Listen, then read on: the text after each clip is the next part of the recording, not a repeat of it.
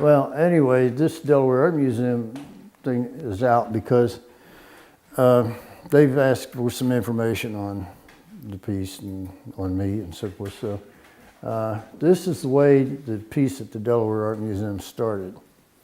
And I cut out some pieces of paper and glued them down like that, made a drawing.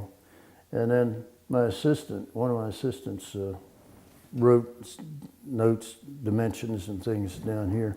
But that kicked around in the shop while the piece got made. It was made in a week. So anyway, I thought the museum might be interested in having it. For first night in Wilmington, and first night is an international thing. It goes on in a lot of cities, even in an international market. But anyway, the pieces that I have here were set up a distance apart with a ramp you could walk up, and you would be in focus of this piece. And in the distance, the other piece would have a ramp to it. And strangers that night were talking to each other back and forth. They realized they could do this. And they started telling each other about their past New Year. This is the focus right here, but if I move,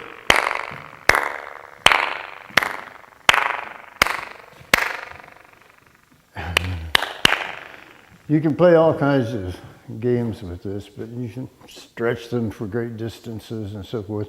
But they've been shown in several exhibitions. I think the first one I started with was in New York, but they've been to Germany and other places. So it's 10 feet and 20 feet long. And it's set up so that you can talk to people coming out of a building in the distance.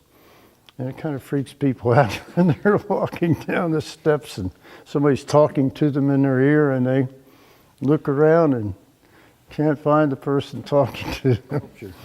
So anyway, some of these go back to student days, but that one's a few years ago. And my first sculpture is that one called Ornithic, done when, well, let's see, that'd be about 1953. Mm-hmm. So this was in a show, and I think it's 1965 in New York, the Fishback Gallery on Madison Avenue, which was one of the very prominent galleries at the time. And the New York Herald Tribune wrote most of their article about the show was about my piece and how it probably wasn't even sculpture. But they've been out of business for a long time, and I'm still in business making noisy boxes and things.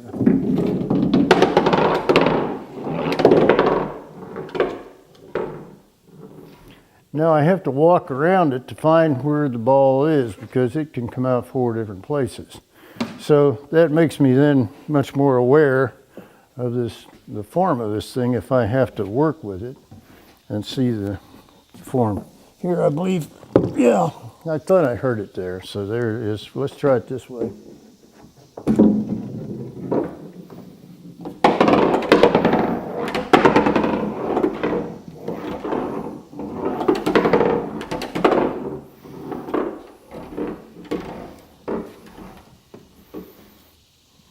All right, the ball also gives you a lot of information. There are changes of textures and shapes that cause the ball to behave in a different way.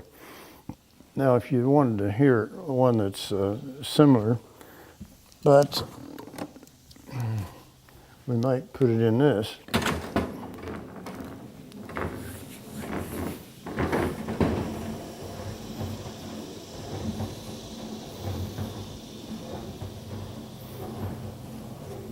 Back in there, but this one is the most time-consuming of the group. But can you tell us what's in there that made it? I mean, it looks so small, but the sound just took so long. I even recently had an engineer in here, and he decided it was switches that it was setting off and so forth. But if I tell you, it takes away the magic. See? Fair enough. Okay. So I was talking with students about getting information by the ear that you normally get by the eye. A car going by is a line that goes up, dimensions, down, And also, if it runs over rough texture, pavement, bricks, and so forth, it makes a sound and gives you the information on texture. So I moved my easel aside because I was a painter and I made a box that was listening, trying to make a sculpture to listen to. So then I seemed to take a while to get back to my canvas because I was making these boxes and exhibiting them. So that's where I really believe that's where the idea came from. So, and a lot of these sculptures that I have outside, they come from going in buildings and listening to echoes and just information I got by the ear. Also, as a hunter as a kid, and that's the way you listen to the sounds of the wood and the landscape, so that you could find that difference, the change in sound that gave you the information to know where the squirrel was or the rabbit or whatever. Yeah, well, this one, it was kind of fun just to see how it's made, see? It's really tough, huh? But anyway, my father had honeybees, and as a kid I got stung a lot, but anyway, if you put your ear to this, you can hear the bees buzzing. And so that was an inspiration for this. But also it's got optical effects, like a kaleidoscope almost, as you look through it.